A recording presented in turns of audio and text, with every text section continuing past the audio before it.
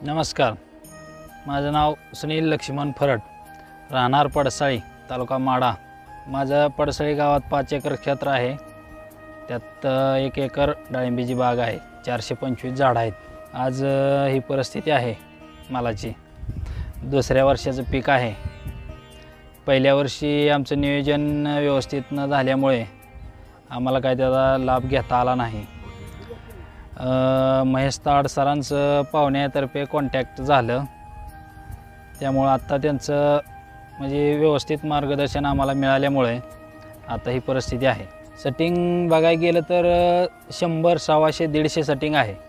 आता आम्हाला त्यातून कमी करावं लागेल, थिनिंग करून घ्यावं लागेल। भरपूर माल आहे। जानेवारीमध्ये आम्ही वरखत भरलेला होता, वरखत बेसळ डोस। तिथून 2-2.5 महिने जवळजवळ बागेला रेस्ट दिली आम्ही।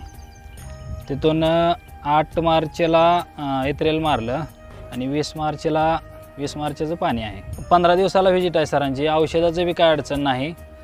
पार्सलनं म्हणलं पार्सलनं येतं आहे, स्वतः जाऊन आणायचं म्हणलं तरी काय अडचण नाही।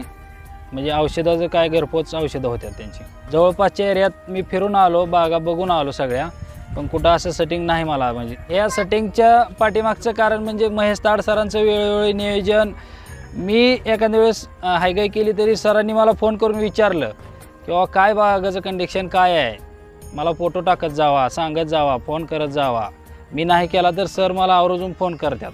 त्यांचं मार्गदर्शन एकदम योग्य आहे आम्हाला। म्हणजे त्यांच्या मार्गदर्शनामुळे हे आज दिसतंय एवढं। इतर शेतकऱ्यांना जरी असे आणायचे असेल तर महेश ताड सरांचं मार्गदर्शन घ्यावं। मातोश्री ॲग्रोचं नियोजन सगळं करावं त्यांनी। त्यांचा रिझल्ट चांगला म्हणजे 1 नंबर आहे। धन्यवाद।